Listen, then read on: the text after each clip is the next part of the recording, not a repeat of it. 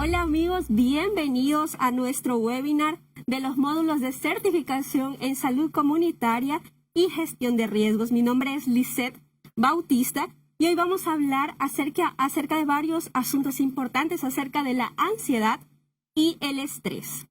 Si no has ingresado aún a nuestra plataforma, te invito a que lo hagas, adralab.org, y no pierdas tu certificación.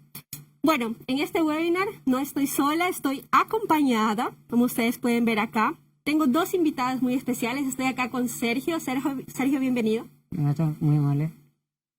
Él es responsable del área de salud mental de ADRA. Y también estoy acá con el licenciado Enrique Morosini. Él es psicólogo clínico y docente universitario en el área de investigación, medición, desarrollo de pruebas psicológicas y trastornos de la personalidad. Bienvenido, Sí, muy licenciado. buenas tardes. Muchísimas gracias por la invitación. Un placer compartir con ustedes. Así es. Muy bien. AdraLab no solamente tiene contenido apenas en su plataforma, también quiero invitarte a que puedas seguirnos en nuestras redes sociales. Estamos en Facebook y también en Instagram. Y bueno, ahora vamos a seguir con este webinar, que vamos a seguir con el tema, que es lo más importante acá. Y vamos a empezar haciéndole una pregunta acá al licenciado. Licenciado, ¿cuándo el mundo empezó a darse cuenta que el estrés es algo real y que afecta a nuestras vidas? Yo creo que esto empezó a cobrar mayor fuerza en términos de salud pública cuando los casos de enfermedades cardiovasculares fueron ocupando el primer puesto en la causa de decesos, ¿sí? Entonces los problemas cardiovasculares, que son un cuadro bastante complejo, tienen múltiples causas, pero el estrés ha jugado un papel muy importante en cuanto a el nivel de exigencia física que generan las personas que están sometidas con el estrés, ¿verdad? Entonces las personas que están bajo preocupación, bajo lo que llamamos estrés, que es una demanda ambiental que sobrepasa la capacidad de respuesta habitual, ¿sí? O sea, cada persona tiene una forma habitual de dar respuesta a las demandas del ambiente. Es inclusive una cuestión evolutiva de cómo el ser humano fue desarrollando estrategias para poder afrontar las situaciones peligrosas. Y eso empezó a afectar todos nuestros sistemas, y la alerta aparece cuando eso impacta sobre la salud pública, sobre la salud física, sobre la necesidad de mayor atención sanitaria, la necesidad de medicamentos, permisos por problemas de salud, y también un poco probablemente lo más alarmante fue el aumento de decesos en ese componente, que luego se descubrió que estaba relacionado con la respuesta psicológica, comportamental, emocional, a lo que después, posteriormente, se denominó estrés. Interesante, ¿verdad? Y bueno, esto solo fue el principio de esta charla tan interesante. Yo quiero dejar acá a Sergio, que él tiene algunas otras preguntas y ellos van a entrar en una charla interesante ahora. Enrique, yo quería un poquito hacer hincapié en algunos aspectos que para las personas que nos están siguiendo y están un poco ahí conectados puedan diferenciar. Para mí es fundamental un poco que cada persona, dentro de eso que mencionaste, de que hubo una serie de decesos, para que las personas puedan ir identificando o puedan ir dándole importancia a esto que nosotros llamamos estrés. Un poquito quería un poco profundizar y quizás separar un poco algunos términos para que la gente pueda diferenciar entre, por ejemplo, y respondemos así, ¿verdad? Un poco en lo que es la diferencia entre miedo, ansiedad propiamente y estrés, como para ir escalando de manera que ahí quizás personas que nos están siguiendo, que nos están viendo, puedan ir un poco siguiendo eso a la par y bueno, quizás que se aplique a alguna de sus situaciones diarias, ¿verdad? ¿Por qué no? Así es. Y bueno, Sergio, estamos con el licenciado, ¿no? Y queremos que él nos pueda exponer todo el conocimiento que él tiene acerca de estos temas. Y yo quería así preguntarle de manera general, ¿qué es el estrés? Justo estaba pensando en eso, en que a veces en conversaciones coloquiales la gente suele indicar, uy, qué estrés, por cualquier cosa casi, que demanda algún tipo de preocupación o algún tipo de esfuerzo y la gente dice, uy, estoy estresada o qué estrés. A mí a veces me incomoda un poco porque se banaliza una condición que es grave, ¿verdad? O sea, el estrés como tal es una situación de cuidado, ¿verdad?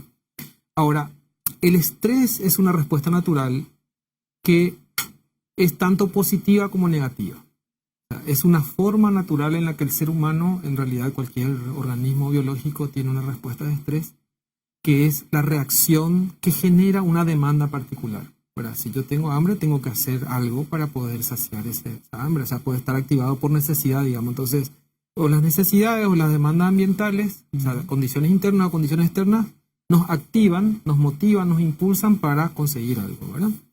Cuando esa tensión que genera una demanda particular, ya sea generada por un elemento externo o por un elemento interno, podríamos decir que se activa el estrés, ¿sí? O sea, el cuerpo se prepara para reaccionar. Estrés tiene que ver con esa idea de prepararse, ponerse rígido, anticiparse, tensar los músculos, respirar con mayor frecuencia, aumentan los latidos cardíacos, el cuerpo se prepara para reaccionar, ¿verdad?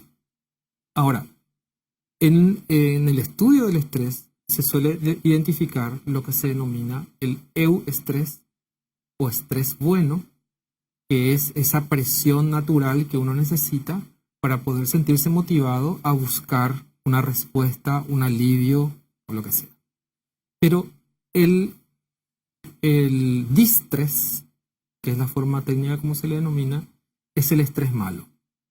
¿Y en qué consiste el estrés malo? Hay mucho trabajo sobre el estrés y probablemente la definición más exacta o más fácil de comprender es cuando las exigencias sobrepasan a la capacidad de respuesta.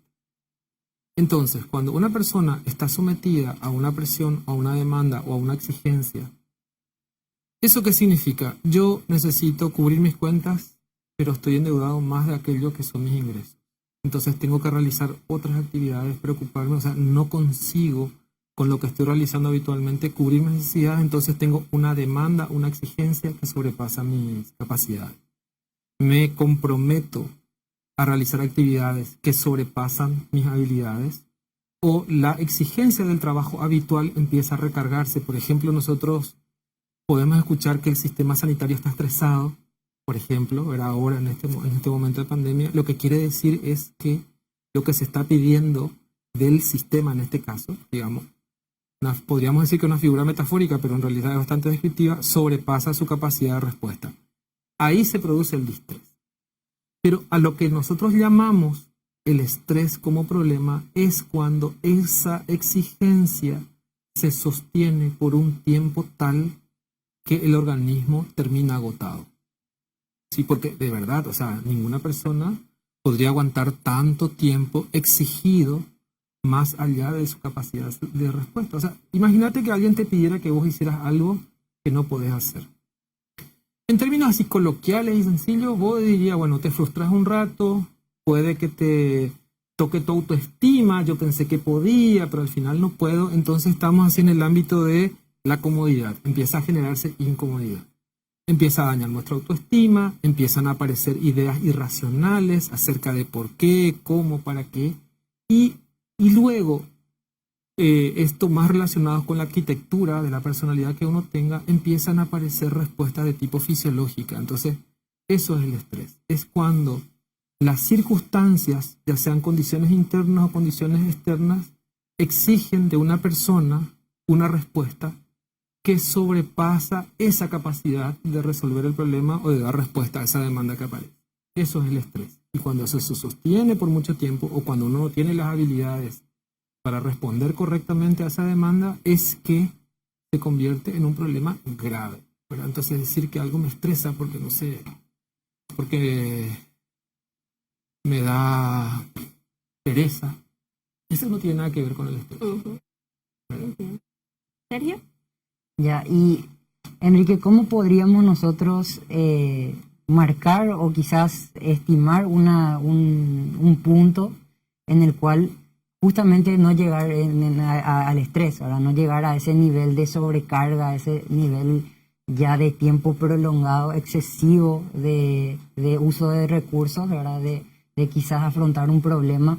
¿Cómo podríamos ir pensando nosotros en cuando va empezando o cuando se va generando eso, ¿verdad? Quizás aparecen algunas ideas, quizás aparecen pequeños malestares, quizás aparecen cierto tipo de evitación con respecto a aquello de lo cual queremos escapar. ¿Cómo podríamos nosotros un poco, y pienso mucho en este periodo en el cual hay un poco de estrés con respecto a los docentes, a la virtualidad, al personal médico, en muchos agentes hoy dentro de la sociedad, cómo ellos podrían ir identificando progresivamente ese malestar, como bien dijiste?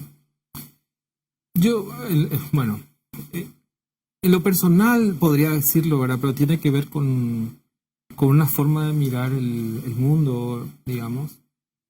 Pienso que a veces se recarga mucho en el sujeto, en el individuo, como si cada persona buscara estresarse, ¿verdad? Es cierto que, como les decía hace rato, se instala culturalmente una tendencia al menor esfuerzo, a no preocuparse demasiado, entonces como que uno está todo el tiempo diciendo, ay, me estresa, ay, qué sé yo, estoy cansado. Pero si nosotros vamos al punto que había descrito hace rato, es esas condiciones que generan estrés, por lo general, no están bajo el dominio del sujeto. Es decir, yo no puedo elegir estar en una situación que me va a estresar o no. O sea, la situación en la que nos encontramos ahora, por ejemplo, si nosotros fuéramos parte del personal de salud, uno no puede escoger la cantidad de personas que van a venir, y yo tampoco puedo simplemente por salud mental, entre comillas, dejar de hacer mi trabajo, ¿verdad? Entonces, yo quisiera separar un poco lo que son las respuestas individuales, que son sumamente importantes, pero también las respuestas que son necesarias y obligatoriamente sistémicas, y a las cuales no estamos acostumbrados a decir,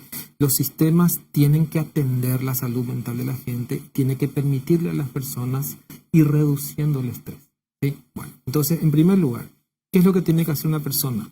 Las señales de alerta son fáciles de identificar, pero nosotros tenemos un problema de que nos vamos acostumbrando. Por ejemplo, una persona que a veces siente unas molestias, qué sé yo, un dolor de cabeza, una migraña o algo, se va acostumbrando a tal punto que ya sabe qué medicamento le reduce y al final no va al médico porque, bueno, dice, no, siempre me pasa y, bueno. Entonces a veces nos pasa eso, que o estamos durmiendo menos, o nos agitamos mucho, o de repente aparecen algunos episodios de pánico que uno no sabía por qué, le falta aire, no puede identificar eso, empieza a sentir molestias musculares o empieza a estar más irritable. Y claro, como uno estaba bajo mucha presión, bajo mucha demanda, parece normal que uno esté irritable, ¿verdad? Incluso le demanda a los otros, bueno, lo que pasa es que ustedes no pasan por esto, no trabajan, o qué sé yo, entonces uno se justifica el estar más irritable. Esas son las primeras señales, ¿verdad? Yeah. Pero y en ese momento, cuando aparecen esas primeras señales, pero es muy difícil, porque uno cuando está bajo presión se enfoca en esos eventos que te producen presión y uno no tiene oportunidad de mirarse desde fuera, ¿verdad? Y ese es un ejercicio. Lo que nos pasa a veces es que asumimos como que todas las personas tendríamos que tener los recursos para superarnos y que es una cuestión de voluntad, y en realidad eso no es cierto. Nosotros nos estresamos justamente porque la cantidad de recursos de los cuales disponemos ya no son suficientes para poder administrarnos bien. Entonces también el entorno es muy importante para señalarnos que algo no está bien. Bueno, yo voy a responder a tu pregunta. ¿Cuáles son esos signos? Son signos de sensibilidad, signos de falta de hambre o exceso de hambre, falta de sueño o exceso de sueño, un cansancio excesivo que no se corresponde con el tipo de actividad física que uno lleva adelante. Entonces esos son los momentos en los que uno tiene que parar. A veces es peor, a veces debuta la situación de estrés con presión alta, con problemas metabólicos, con cefaleas, etc. Entonces son momentos en los que uno tiene que decir, tengo que analizar un poco. Y eso analizar un poco, ¿qué significa? Y quiero ir rápido ahí, pero esto es sumamente importante. Hay 3 elementos que componen el universo, y vamos a ver también un cuarto, ¿verdad? Hay 3 elementos que habitualmente componen el universo psicológico. Son los pensamientos, los sentimientos y las acciones que llevamos adelante. Y el cuarto componente que a veces se deja de lado es el ámbito espiritual, ¿verdad? Que es sumamente importante. Estos cuatro componentes tienen que estar en armonía y hacer una sinergia para protegernos. Entonces, te hacen recomendaciones de ir a caminar, de dormir más, cierto. El cuerpo necesita descansar, reponerse, pero tenemos que alimentarnos de buenos pensamientos, de buenas emociones y también de estar en armonía con nuestro ámbito espiritual, ¿verdad? Independientemente a la, ¿cómo les voy a decir? A la profesión de fe que tengamos, pero nosotros tenemos que recuperar la armonía, porque en realidad lo que pasa en una situación de estrés es que esa armonía se va perdiendo y va afectando todo nuestro sistema. Como decía hace rato, uno empieza a sentirse mal, a perder autoestima, a estimular ideas irracionales, mi cuerpo no funciona como tiene que funcionar. Entonces uno es darse cuenta y sobre todo crear en el ambiente, en la sociedad en donde estamos, un cuidado hacia el otro. Si una persona se le siente agotada, se le siente distinta, irritable, probablemente esa persona necesita que la escuchemos, que pare, que la ayudemos, porque a veces, bueno, para un poco, sí, pero ¿y si yo dejo de hacer lo que tengo que hacer?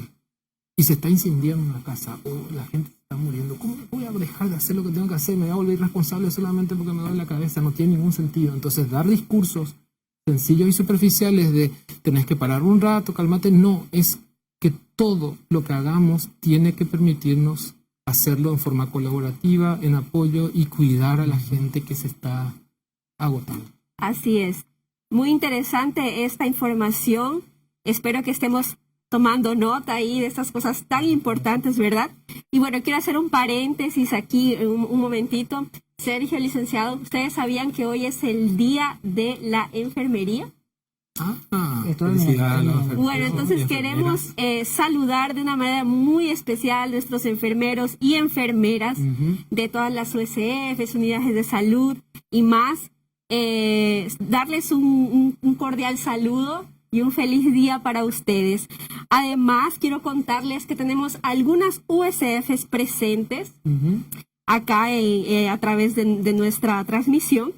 Y queremos saludar a la licenciada Lidia González, a la USF Isla del Medio, USF 3 de noviembre también, que está presente hoy, la licenciada Liz Franco, Dolly Ibáñez también, que nos está acompañando, y Carlos Ortiz.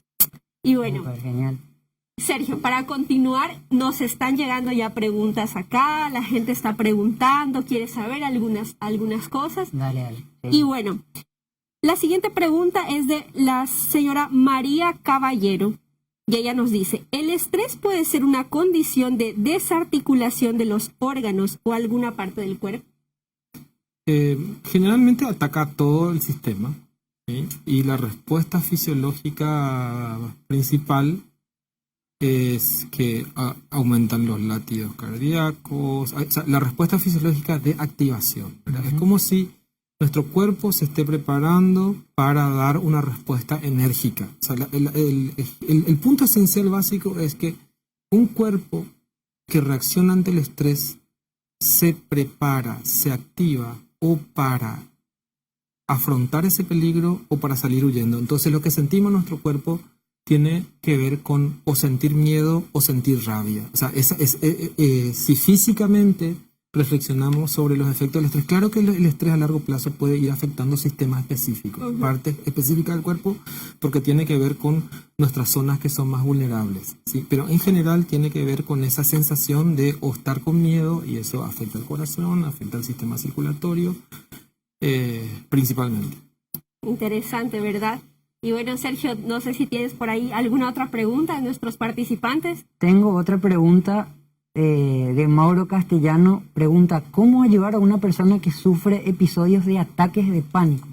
Dice acá Mauro, gracias por la pregunta. Bien, el ataque de pánico es uno de los trastornos que está dentro del conjunto de trastornos de ansiedad, de lo que todavía no hablábamos, porque puede que se dé de manera conjunta el estrés con ataques de pánico. El ataque de pánico puede ser una respuesta de estrés o pueden estar simplemente que aparezcan en conjunto, pero los ataques de pánico son una respuesta que por lo general es absolutamente inconsciente. La persona que sufre ataque de pánico no sabe por qué lo sufre, ¿verdad? Aparecen repentina e intensamente. Entonces, los caminos suelen ser diversos, es decir, uno tiene que aprender, y eso implica hacer ejercicios y recibir el apoyo de otras personas para poder controlar la respuesta autonómica, es decir, respirar mejor, aprender a relajarse y controlar un poco, ¿verdad? Eso no es sencillo, no es fácil, no es que vos le decís a alguien relájate y te dice, bueno, me relajo, ¿verdad? Porque suele ser una tontería lo que se nos ocurre. Primer punto. Segundo punto es alimentar el pensamiento racional, porque muchas veces el pánico se da como consecuencia de una idea irracional o de un miedo infundado, que había sido, la tenía ahí guardada, no se estaba dando cuenta de que esa idea estaba presente, entonces uno lo que hace, la recomendación habitual es parar y reflexionar de cuáles son las ideas que en este momento me están acompañando a esta reacción que estoy experimentando. O sea, ¿por qué siento esto? Y por otro lado es alimentarse de buenos sentimientos de seguridad y de tranquilidad, porque el pánico es un ataque incontrolable de que algo terrible puede llegar a pasar, pero generalmente con agitación y con desesperación, sin tener claridad acerca de... El problema es que en ese momento, cuando ocurre un pánico, uno no tiene probablemente la capacidad de poder discernir estos elementos de los cuales estoy hablando. Entonces, ¿qué es lo que se puede hacer?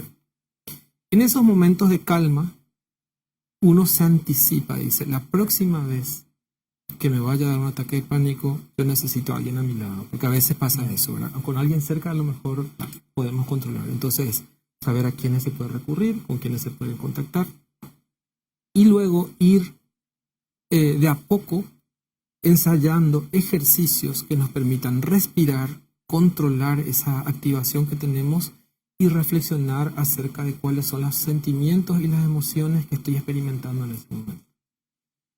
El problema es que a veces el poder eludir esa presión no está en nuestras manos. A lo mejor es algo real que está sucediendo y que no podemos solucionar, y justamente por eso nuestro cuerpo reacciona, nuestra mente reacciona y no sabe cómo hacerlo porque no hay una respuesta real, ¿verdad? Entonces es como un paliativo para no sumar a las situaciones difíciles otras situaciones más complejas, el poder aprender a respirar, controlar la respuesta fisiológica, reflexionar sobre los componentes de pensamiento y los componentes de sentimientos, y con esos elementos poder trabajar. Pero generalmente cuando se trata de un ataque de pánico muy pronunciado va a necesitar el acompañamiento de un profesional, ¿verdad? Es muy...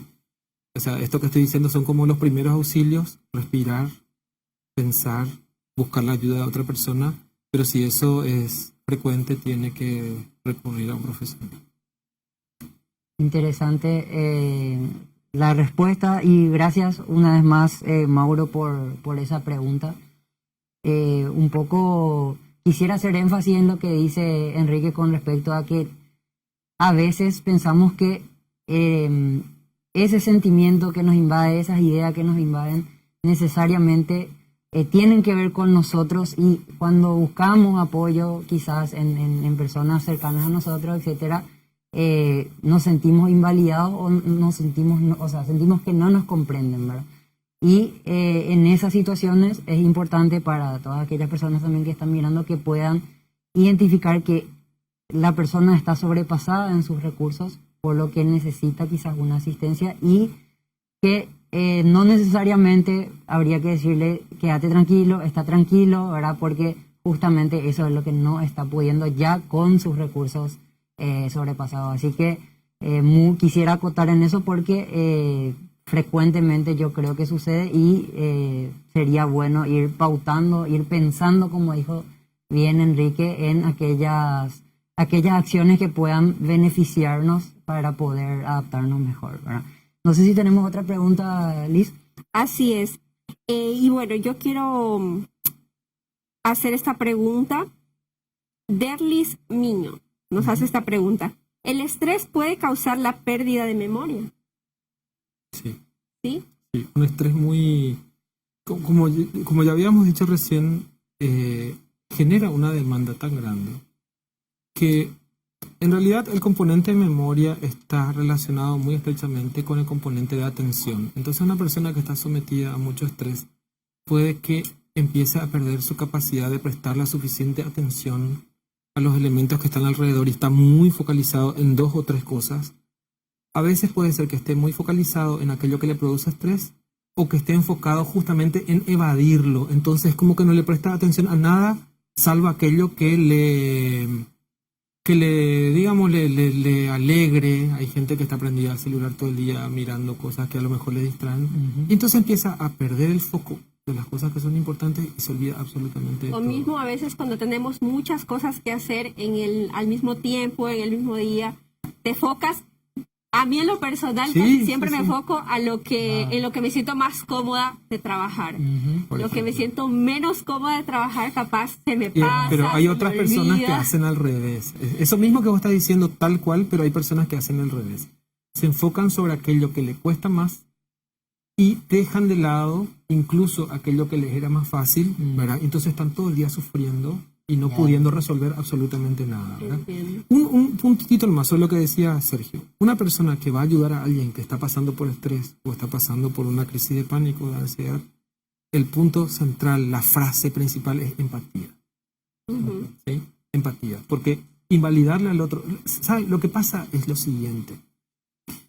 Si vos me pedís ayuda, probablemente mi reacción va a ser, ay, yo no quiero que me pase a mí, ¿verdad? Entonces digo, ay, no pienses en eso, no te preocupes, ya Sé va a pasar, positivo. ¿verdad? Sé positivo, porque al final mi respuesta es, ojalá que no me pase, ¿verdad? Sí. Pero sin embargo, yo tendría que asumir la posición, si quiero ayudar a alguien, de si yo estuviera en este lugar, probablemente lo único que necesitaría es que alguien me escuche. O sea, porque yo no estoy pidiéndole a otra, o sea, una persona que sufre no le pide a otra persona que le solucione su problema. O sea, generalmente nosotros lo que hacemos es compartirle a una persona cercana, a un ser querido o a un profesional al que recurrimos, no necesariamente para que nos solucione el problema, a veces simplemente para comprendernos, contenernos, acompañarnos, y ese es un punto esencial de la convivencia, de lo que decía hace rato, generar sistemas, espacios sociales en los cuales nos contengamos, nos comprendamos y no nos empecemos a dar consejos que ni siquiera nosotros podríamos cumplir si nos los diéramos a nosotros mismos. Entonces en ese caso sería mejor simplemente escuchar a la persona. Ayudar a respirar, bueno, te está costando respirar, bueno, hagamos eso, caminemos un poco, te escucho. Interesante. Súper. Es súper importante saber de estas cosas, ¿no, Sergio? Porque a veces vienen nuestros amigos, nos dicen, mira cómo me estoy sintiendo. Invalidamos, nosotros sin querer y estamos invalidando, Exacto. no me hables de eso, y le decimos, no, yo tengo una tía que pasó por eso y se fue, y qué sé yo, se encerró a su casa y se curó. Y te digo, bueno, pero yo no soy Y tu pones tía, ¿verdad? ejemplos que no tienen nada que ver porque Nada las que ver, personas son claro, diferentes, así ¿no? mismo es. Y no, creo que a todos también en algún momento nos ha pasado que vamos hacia alguien y le contamos queriendo Y sentimos que no nos desahogarnos y tal, y la persona te dice, no, pero no es para tanto, Sentimos que no nos escucha, así mismo es. no es para tanto. Vos eres Así. fuerte, vos puedes salir de eso. Y ahí viene esa complicación, ¿no? De sentirnos quizá un poquito... Claro, al final termina degradando esa autoestima que ya estaba dañada por esos pensamientos que nos surgían y no estamos colaborando mucho en que la persona se sienta mejor. ¿Una otra pregunta? Tengo yo una, dice sobre un poco los episodios de ataque de pánico, ¿verdad? ¿Cómo una persona cercana, pariente o amigo, ¿verdad? Podría ayudar a alguien que tiene ataque de pánico? ¿Cómo actuar en un caso urgente? Me imagino que esta persona está pensando en la situación in situ, ¿verdad? Como decimos comúnmente, y más o menos, ¿qué podría hacer? ¿Cómo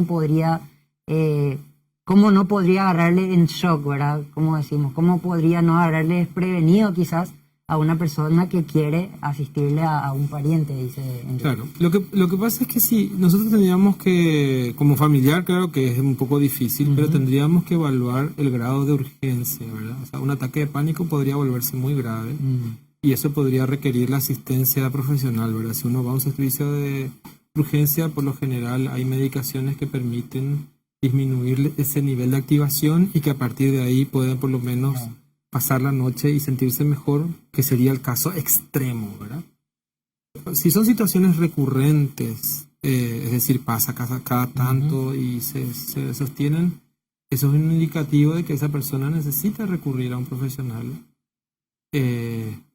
acercarse, hacer la consulta, hacer un diagnóstico, porque pueden ser múltiples las causas, ¿verdad? O sea, no, los ataques de pánico no tienen una única causa, pero como le decía, un familiar que está cerca, lo más que podría ser, yo sé que a veces pueden ser situaciones muy difíciles donde uno está cansado, estaba durmiendo y tiene que levantarse ya otra vez con su ataque de pánico, cosas por el estilo.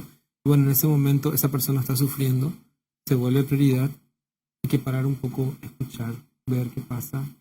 Es como si uno escuchara un ruido en la noche afuera y empieza a tener miedo, ¿verdad? Entonces lo principal es ver qué tipo de ruido es y abrir la puerta y darse cuenta de que era una cosa que se podía arreglar. Pero si uno queda ahí escondido esperando que pase solo, probablemente puede estar en vela toda la noche. Eso mismo pasa con el pánico. Esperar a que pase solo no es la respuesta, sino hablar, exponer y respirar. Bueno, tenemos algunas otras preguntas ya aquí, Sergio, y yo también tengo algunas otras. Vamos a cerrar este bloque de preguntas ya. Vamos a contestar estas que tenemos ahora. Y bueno, Sergio, ¿tienes alguna otra pregunta? A ver, por ahora no me llega ninguna, así que... Tengo acá, acabo de llegar, Leila Andrea nos hace una pregunta interesante. ¿Cómo superar el miedo generado por un episodio de mucho estrés? Como después de un asalto, por ejemplo. Sí, okay. Bueno, ese es un tipo puntual de estrés. Se denomina estrés postraumático, que se presenta cuando las respuestas de estrés fueron activadas por un evento en particular, y a partir de ese momento ese evento se queda tan presente en nuestras vidas que no podemos avanzar. Esa sería la definición de estrés postraumático. Hay muchísimas técnicas, ¿verdad? O sea, algunas técnicas recurren a una desactivación fisiológica, por ejemplo, que recurren a la relajación, el movimiento de ojos, la reconstrucción cognitiva. Bueno, a ver, lo que estoy diciendo puede parecer como muy técnico, pero vamos a ir al punto central, ¿verdad? Si nosotros reconstruimos los eventos que sucedieron de manera tal a que nosotros empecemos a ganar control sobre eso, eso nos va a dar un poco más de confianza, ¿verdad? Entonces, no es culpabilizarnos por lo que pasó. Si yo fui víctima de un asalto, es cierto que eso le puede pasar a cualquiera, no quiero que me vuelva a pasar. Entonces, para que yo evite que me vuelva a pasar, me puedo mentalizar, cambiar mis horarios, cambiar mis rutinas, ver de qué manera puedo ganar control e ir ensayando. O sea, la mejor manera de perder el miedo es ir enfrentándose a esa situación lentamente y con la seguridad de que ese evento no se va a repetir, ¿verdad? Porque aislarse, evadir, esconderse, lastimosamente lo único que hace es perpetuar esas emociones, esos sentimientos que nos hacen tanto daño. Interesante, muy interesante realmente esta charla que hemos entablado hoy. Creo que tenemos una última pregunta y con esto vamos a empezar ya la parte de nuestro cierre, infelizmente. Tengo una pregunta y para mí es muy importante. Dice, los niños, niñas y adolescentes también se estresan, hasta los más jóvenes. ¿Cómo manejar eso con ellos? Sí, nosotros, una de las cosas que me había olvidado es que el estrés puede generar respuestas como el que una persona se arranque los pelos o se te caiga el cabello, etc. Y en los niños y adolescentes puede generar algunas reacciones, no solamente esa típica imagen de una persona estresada, histérica, malhumorada, descontrolada, sino que puede generar respuestas también fisiológicas. Y hay demasiados estudios, demasiada evidencia de que también se puede producir estrés en niños y adolescentes.